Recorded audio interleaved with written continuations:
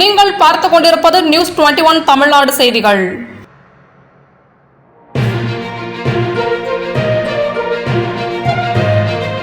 சென்னை புறநகர் பகுதிகளில் இடி மின்னலுடன் கனமழை. போரூர் ராமாபுரம் சாலையில் போக்குவரத்து முடங்கியது.